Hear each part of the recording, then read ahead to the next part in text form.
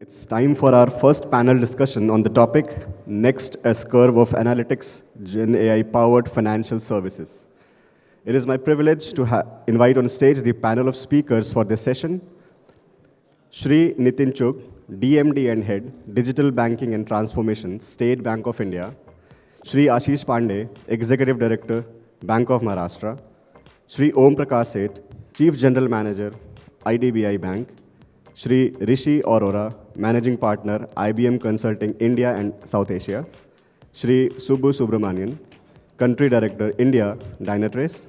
Ms. Sonali Kalyanikar, Head Financial Services Vertical, Salesforce. And our moderator for this session, Shri Akshat Agarwal, Partner, McKinsey and Company.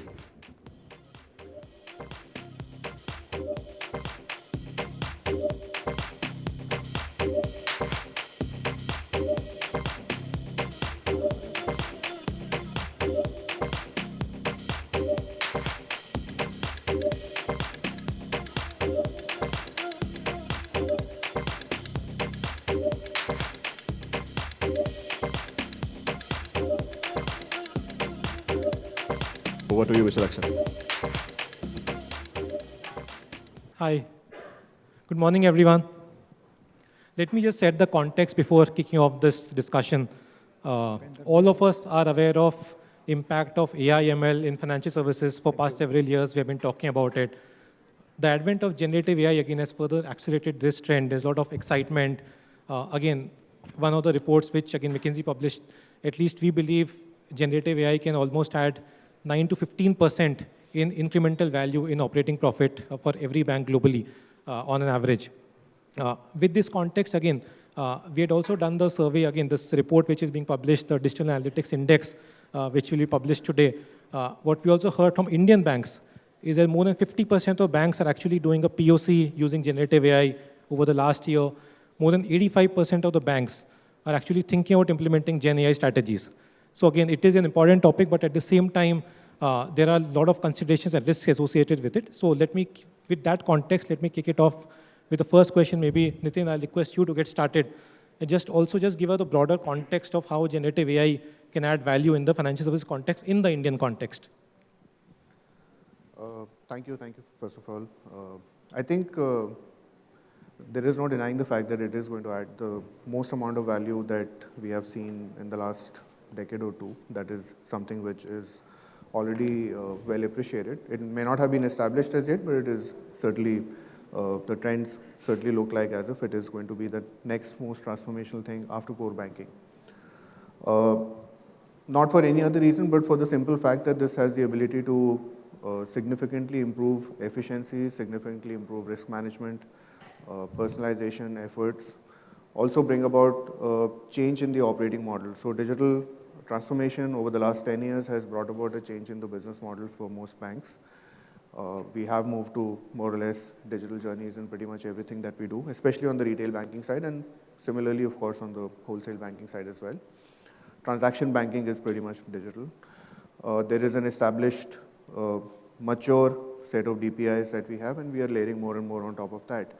So with all of that, I think the real next shift is going to come when we unlock the efficiencies. We have been able to unlock a lot of efficiencies, but I think there is still a lot to be unlocked, and that will really happen with the fact that generative AI will bring about a lot more change in the operating models, the internal workflows, the customer-facing communication, risk management, like I mentioned. And when you put the sum of all the parts together, I think McKinsey's only forecast that I think some 4 trillion additional value is there to be unlocked across the world. So I'm sure India will have a reasonable share of that because the Indian banks are only growing larger. As much as also from the customer side, I think there is better acceptance now.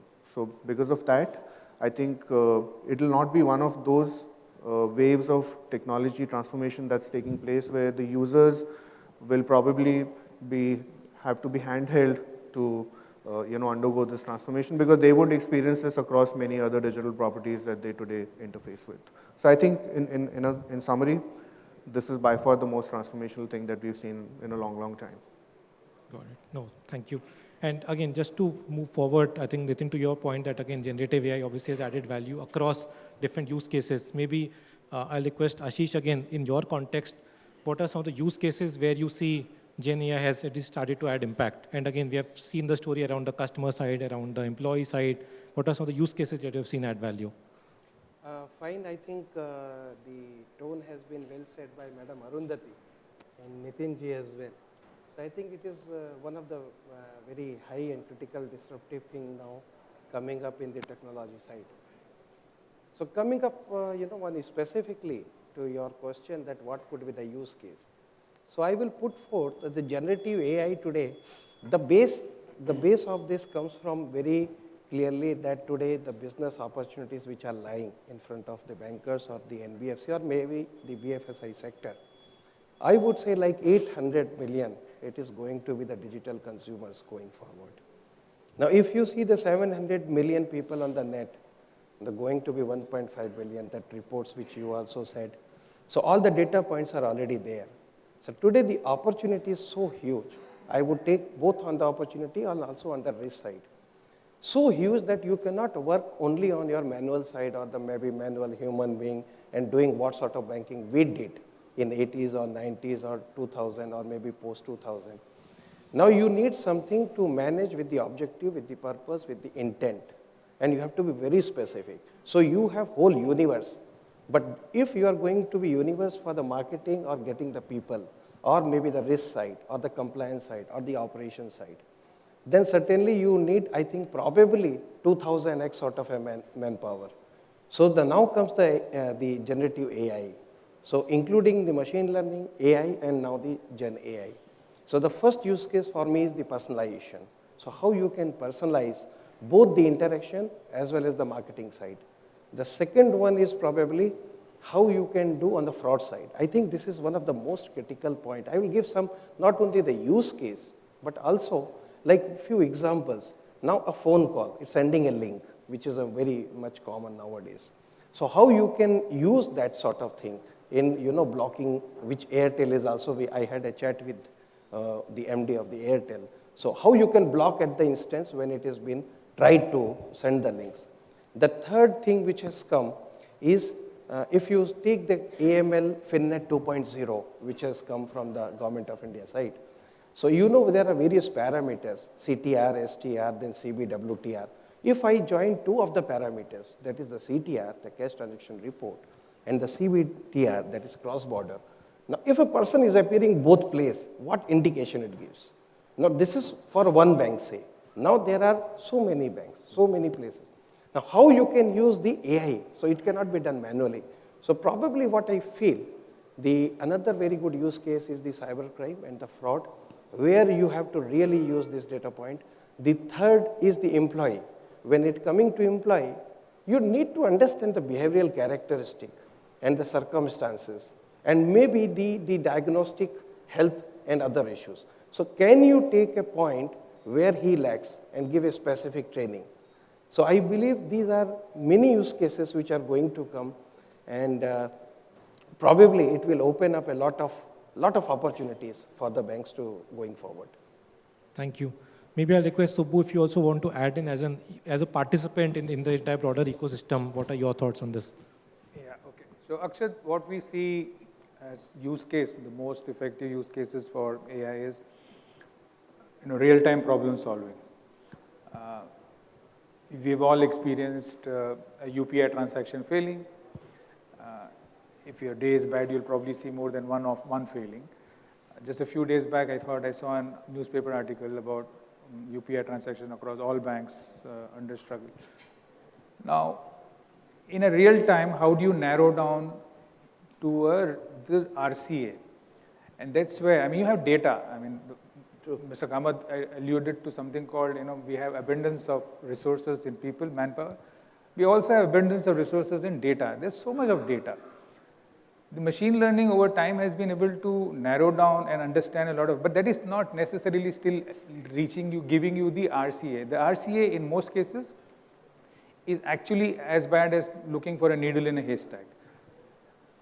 So which comes back to the, how does, more than the use case, I would say the use case will be more effective if you really get down to doing the first part of your AI creation itself, with honesty. And that is where I'm saying your objective for what you want out of that AI tool or AI platform for you in your system is supposed to deliver for you has to be very clear. I mean, like Mahatma Gandhi used to say, find purpose and means will follow. Find the objective, the real objective of your entire course, the journey, and you'll probably be able to find the data set and make the data more valuable for yourself and put together the analytics. So I'd say problem solving in real time is probably the single most important case for use cases for AI. Anything again, Rishi, you want to add something on this? Yes, a lot has been said about the opportunity on AI, right? And, the use cases are basically a subset of what is this opportunity, right? So I think Gen AI, we have gone through various generations. If, I guess we are in we are in the 4th generation of AI. If I can quote, a CEO study which was on Gen AI, which was done by IBM's Institute of Business Value, about 90% of chief execs are looking at their C-suite to adopt AI. 85% of execs believe, AI will be, their users would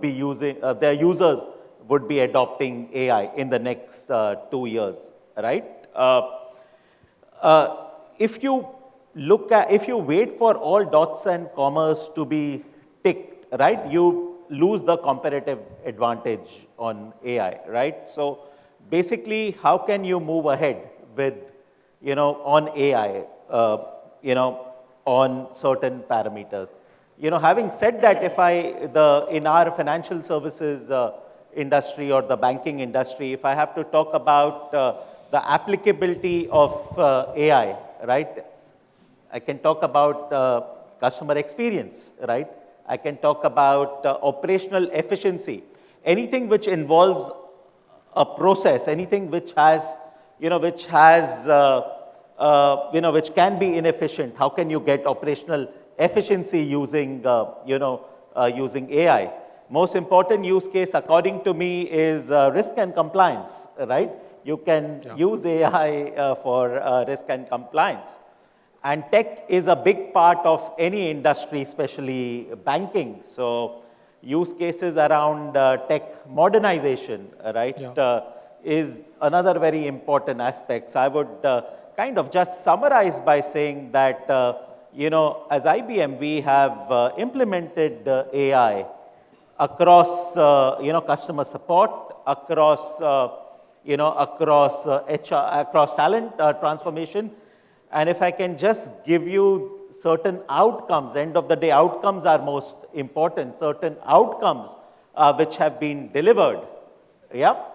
We have processed more than 1 million transactions on HR transformation over the last, over about a year, with a success response rate of about 94%. And our NPS score has improved by 25 basis points. Yeah. So we are just getting started. The opportunity is immense. My view would be, don't wait for the perfect solution. Get started on it. Excellent. So as a follow-up question, maybe Rishi, I'll start with you and then I'll ask the bankers in the panel also. But there's always an open question that how do you balance the short-term value being created using generative AI, but at the same time, how you also have to build capabilities for the medium term? So how should banks and other institutions think about this balance? See, when you are, over the last 180 days or so, right, we have been in discussions, we have done many client interactions on, on proof of concepts, on client engagements, on, on certain programs, right? And that has given us, unmatched learnings in terms of how do we scale AI, but most importantly, how do we scale AI responsibly, right? If I take all those, all those learnings, when you are actually doing these, POCs, right, you are doing it in very controlled environments, right? But now when you have to scale AI, right, there are challenges which kind of come up. And what are these challenges? These challenges are around integration. These challenges, most important challenges around, data privacy. According to me, I think one of the most important aspect which needs to be looked at.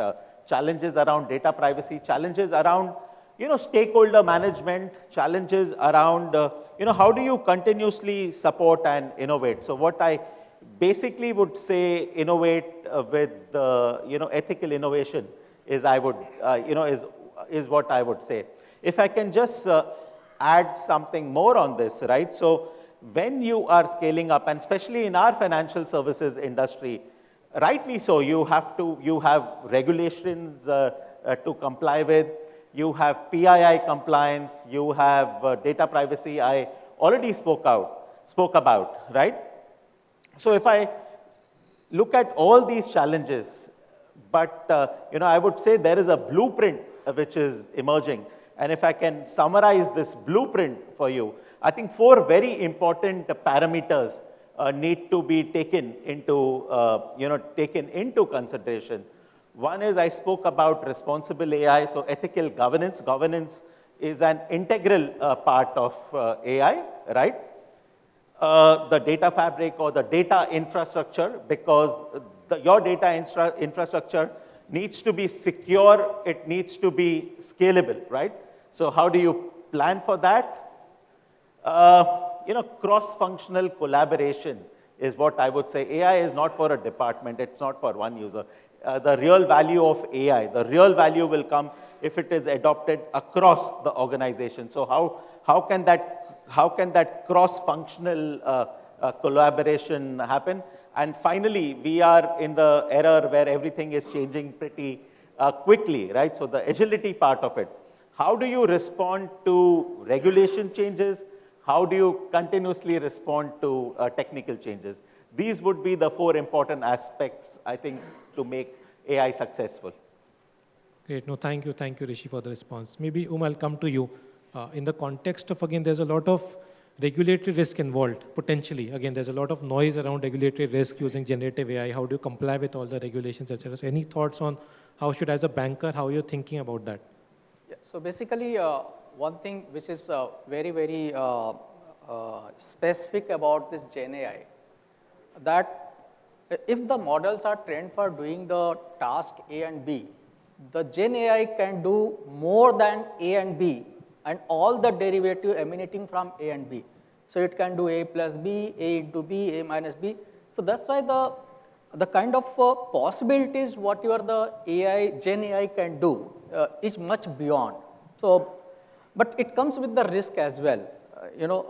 So basically, if you see the accuracy of these models, right, Gen AI models, it largely depends, as my colleague said, on the data quality, right? Now, this Gen AI, they are going to solicit the data from the social media as well. That's very, very important part of integrating the social media to understand the customer likeness, and what all customer doing, his digital persona, right? And what customer likes. And the way social media works is that the likes will increase whatever some particular group of people or whatever they recommend that you like, and the same gonna. So there is a positive loop exists in the social media with the recommendation what comes with most like. So it goes that somebody will recommend and people will keep on following. This is a decision biasing. And that's one of the things which comes as the major setback. So what we need to do is that we need to create the guardrails. So whatever the Gen AI is generating the outcome, right? Those outcomes need to be validated and verified with another set of models. And those models are trained especially on line of regulatory and compliance point of view. And more than that, they need to be supervised by human intelligence. So we cannot, for the compliance, we cannot rely only onto the Gen AI, but even on top of, there is a human intelligence who is going to supervise the outcome of this. So that's my take onto the regulatory compliance. And There are, of course, to do that, we need to have a central system, something, right, where we have all the compliance and all the directives there. And then let the Gen AI to go through all that and create the compliance set of rules and compliance set of guardrails. Under that latitude, only the answers will be responded to the client. I think that's where it is. Got it. Thank you. Maybe Nitin, I'll come back to you. Sorry, Nitin, I'll come back to you. Again, just to push the thinking forward, because there's been a lot of noise around all of this hallucination risk, it's a fairness risk, etc. Again, you are obviously pioneering as one of the largest, the largest bank in the country. Anything that you are at least wary of, or something where you lose your sleep on? Well, there's a lot of talk about growth and innovation, but as a largest bank, and as for this is one big risk for the bank. So any thoughts? I can share with you what we are doing. First of all, we do have a framework for responsible and ethical AI. It's been around for about 4 years or thereabout. It used to be only responsible AI. Last year, we also included ethical AI. We have a model called FEAT, F-E-A-T, F for fairness, E for ethics, A for accountability, T for transparency. And in between all of these models, there are some 12 or 15 subpoints that we cover, which includes explainability, making sure that there are no biases, making sure that the model does not drift from the intended outcomes. Because what happens with all AI models, and we have something like 90 to 100 AI models already operational, when we want to build something using Gen AI, of course, there is a lot of data, documents, etc., that you can use to train the open source LLM that you would ingest.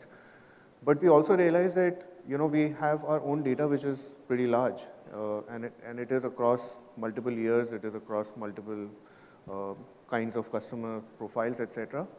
So we also expressed more recently our desire to build our own LLM. Okay, and I did see that point in Ms. Bhattacharya's presentation also, that eventually the open source LLMs are training on your data. The risks that we might run in future perhaps could be that, let's say you create a risk management model using an open source LLM, a hacker can use the same LLM to break your model.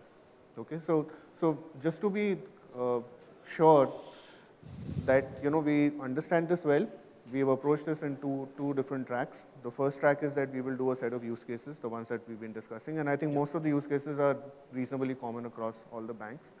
So there are at least a dozen odd use cases that we've already started working on. Some of them are also in-house. More importantly, there is a separate track where we are building this whole view of how do we develop our own LLM in the more long term. And we don't want a LLM of the kinds of ChatGPT. We want a banking domain specific LLM. So our business is what it is, and therefore we need to use that only in that context. So hopefully enough, this should lead us through the way of making sure that the guardrails that we put around in the manner of a responsible and ethical framework, we keep enhancing that, we keep partnering with the like-minded tech companies, we keep making sure that there is equal emphasis on making sure that whatever we do is ethical. But at the same time, because our talent is also all in-sourced, we keep extending this and build our own capabilities on the core tech, which is the LLM for Gen AI. A lot of people have come and told us that, why do you want to do that only? It is so expensive. Yes, it is expensive, and maybe the cost will come down over a period of time. But then, I think there is only to a point that you can depend on something which is open source. Banks will always want to on-prem it. Costs will again go up. So might as well do something which is a little more sustainable or far more sustainable and long-term. So that's the view that we've taken so far. No, thank you, Nitin, for the comprehensive response. Let me just move forward, maybe Sonali, over to you. And we have been speaking about all the use cases, risks, etc. Where do you feel the broader ecosystem participants can help the banks in this journey? Sure. Thank you so much. So glad to be a part of this panel today. I'm just reiterating a few numbers that we've been hearing since morning about what's the AI contribution to the overall global economy. The numbers are crazy, right? 2.6 trillion to 4.4 billion. And this is from a McKinsey report, which was published last month, right? And which is the biggest beneficiary from an industry perspective? It's banking and finance industry. And that opportunity size itself is 200 billion plus. These are huge numbers. And to cater to this technology, to leverage this technology, it is important to have the right kind of collaborative range of ecosystem, right? It has to be really collaborative. Strategic partnerships, good technology providers. I've been in the industry for 2 decades plus, always working with banking and finance customers. We all will acknowledge there is a huge technical debt today as well. Core systems still run on Unix. 90% applications are still on-prem, right?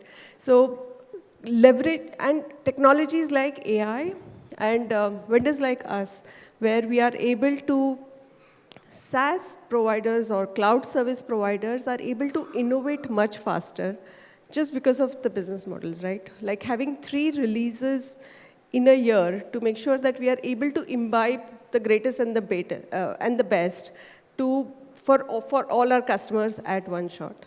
So when you also need to evaluate when you're looking at a partner, somebody who's invested in this, who has the wherewithal to keep investing and researching in this area. We've, like Arundhati ma'am said, it's been 10 years that Salesforce has started this journey on AI. And when the industry is ready, we are ready as well to make sure that our customers are able to leverage. We have something called Einstein AI, which is embedded in all products. So you make sure that you're ready with your customers. When the industry is ready to adopt, you also come across like that. So having those technology and strategic partnerships are super critical. The overall ecosystem that I started with, right? It is collaboration, development. It has to be very collaborative, and it also has to be innovative. So fintech startups, we've heard enough since morning about how fintech startups can be leveraged. Academic institutions, right? Innovation labs, there are enough of them. If all of this comes together, there are enough use cases which are getting researched, which banking customers can leverage. The challenges are different now from what they were earlier, right?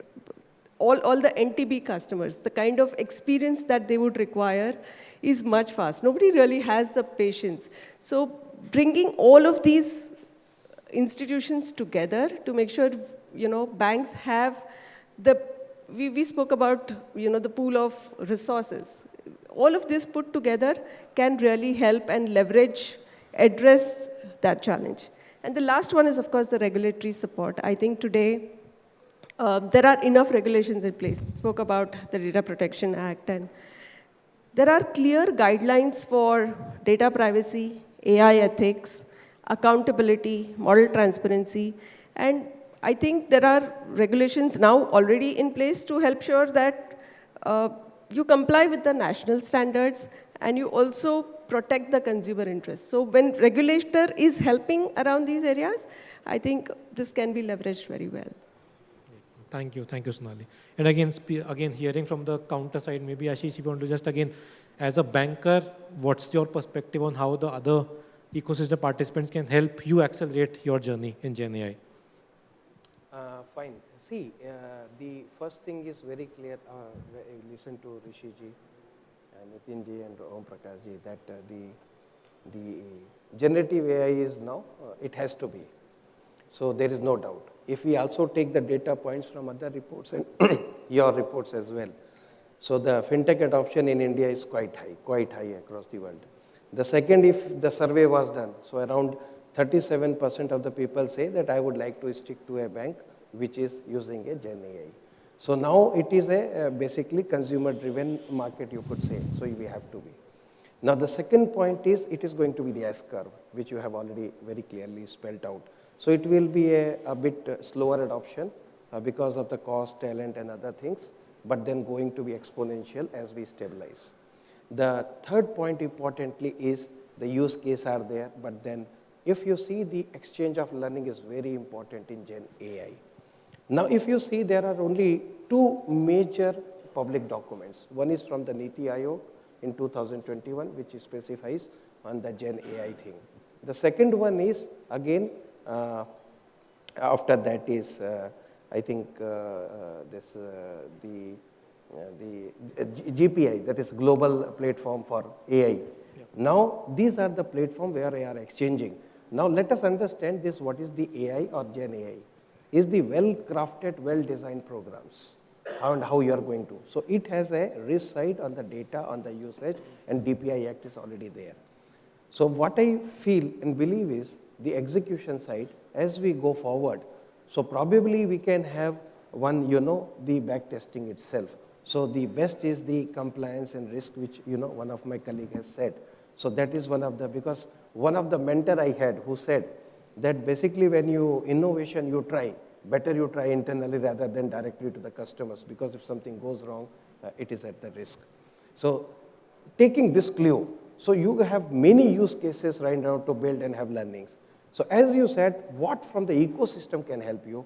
Probably one is the talent pool, how we can manage, and the institutes for that. The second one, I believe, because all my fellow bankers are here, so, and it is evolving. So, nothing much has happened on the global platform for AI, and no more papers have come. And we all are trying. So, we can have a collaborative platform within the banks, or maybe the players, the infra side and software side. So, how we can exchange our own learnings with each other. Because see, it is the learning which is going to help you to build the robust Gen AI. And probably the market is driving you much better you want to be. So, for that perspective, we need to have a great learnings. And the fifth side of what I feel is that now mindset is ready in the banks to do. They have understood the consumer behavior from where it is coming. The third point, investments, now banks are ready. The fourth is the RBI landscape, regulatory landscape. I think, yes, they are also trying to make it on the fintech side as well as on the bank side. And as I said, it is a well-crafted, well-designed programs. And even the hacker side, it is well-crafted and well-designed programs. So how you are going to use it, and what Nitinji said that it's initially it may be in-prem. So in-prem, then certainly you are keeping at least, taking care of the data and the data privacy and other things. So I believe that the collaboration is must within the industry players, within the banks. The use case fairly, because it is ultimately the consumer who is going to win. If the consumer or the customer is going to win, the bankers are going to win. So rather than a bank, the platform has to come between the banks itself, because there is a maturity level required if you do the machine learning or you do the RPA or you do the AI. So you need, in all the three, you need a maturity levels to move into the Gen AI, what your feed system, your model also you said. So I think this is one take which I take and which I also propose. And the institution and software and the fintech and from the regulatory landscape probably. And this will be, probably will be the helping hand support for a faster adoption of the Gen AI in the industry. Great. No, thank you, Ashish. We are almost out of time. We have last 5 minutes. Maybe I'll request Kombination, Subbu and Nitin, if you can just summarize the overall discussion, starting with, again, we have discussed about what are the opportunities, what are the use cases, and spend some time on the challenges, risk involved. So again, if we can just quickly summarize for the audience for the next 3-4 minutes. Super, thanks. What came out, one of the things that never really came out as a topic of discussion was fraud detection. Yes. I think if you look at it, one of the biggest worries of the average middle class banking these days is that fraud can hit them anytime. And every day we keep reading about articles about how somebody got jived off their hard-earned money. I think AI can be used extremely well in preventing that. I mean, it's a must-do, and as quickly as banks and in the ecosystem can adopt to help bring this down, because that's an area of clear victory that I can see. The other is, I mentioned purpose in the beginning when I started off, but I said, think about it. Everything starts with good intentions.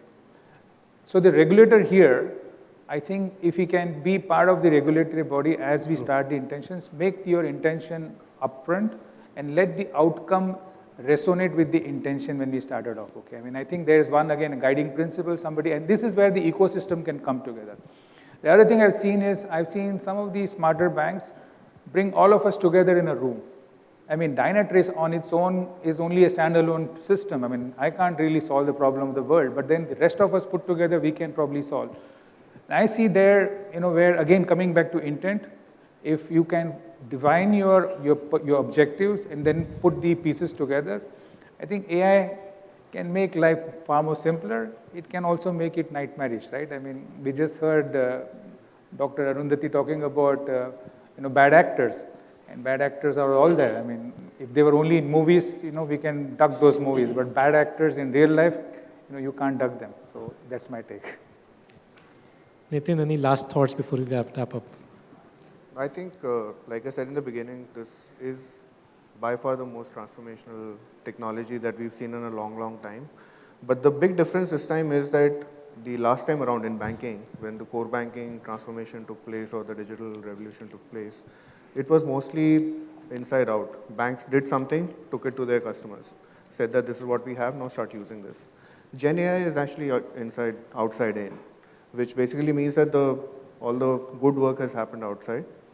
There is a framework that's available. There are multiple stakeholders. There are multiple participants. Academia is a very important, has an important role to play, because one of the reasons why we have lagged deep tech innovation in India is because we haven't had the kind of research grants and the kind of funding that deep tech research requires. But all of that is starting to happen now in India. So with that in mind, even SBI has gone ahead and partnered with IIT Bombay only for research in AI. And the reason we are trying to do that is to make sure that we are not dependent on somebody coming and teaching us all the time. So in that context, when academia is a stakeholder, the regulator is a stakeholder, the consumer is a stakeholder, every other digital business is a stakeholder, the network is a stakeholder, payment companies are stakeholders, fintechs are stakeholders, consumers are stakeholders, it is something that will certainly happen with a lot of collaborative effort. Because if we really want to do it in a benign, responsible manner, the framework has to encompass everybody. The last time around when core banking revolution took place, it spawned an ecosystem. So you had a whole lot of people who could provide smaller set of services which got connected to the core banking, right? But the core banking really remained the core. This time around, there is no core. This time around, everybody comes with a different set of domain skills. The domain skills come together. They get stitched in an overall framework. And that is why this is by far not just transformational, the most transformational. It is probably also going to be the most collaborative effort that we would have seen in the history of technology and humankind. Great. No, great. Thank you, everyone. Again, thank you for the engaging discussion. I think we are out of time, so thank you for taking out the time, and thank you for the engaging discussion. Thank you. Thank you.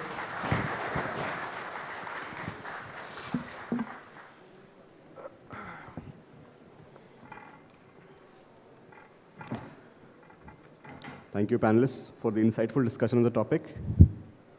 Ladies and gentlemen, we are thrilled to announce the lucky draw at the Expo Center, offering you a chance to win a fabulous prize and make your visit to the event even more unforgettable. We have total 14 kiosks in the Expo Center in the adjacent hall, so don't miss out any kiosks and kindly drop your visiting card at each bowl placed at every single kiosk. The winners will be announced towards the end of the conference session. Dear audience, it is to be noted, the winner must be present inside this conference room when their name is announced. Wish you all the very best of luck. Trace simplifies cloud complexity with deep observability, intelligence and automation, and application security, all in one powerful open platform.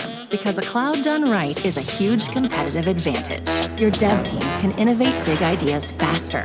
Ops can leverage predictive analytics to solve problems proactively. And your organization can deliver flawless and secure digital experiences and services every time. This is the cloud done right, brought to you by Dynatrace.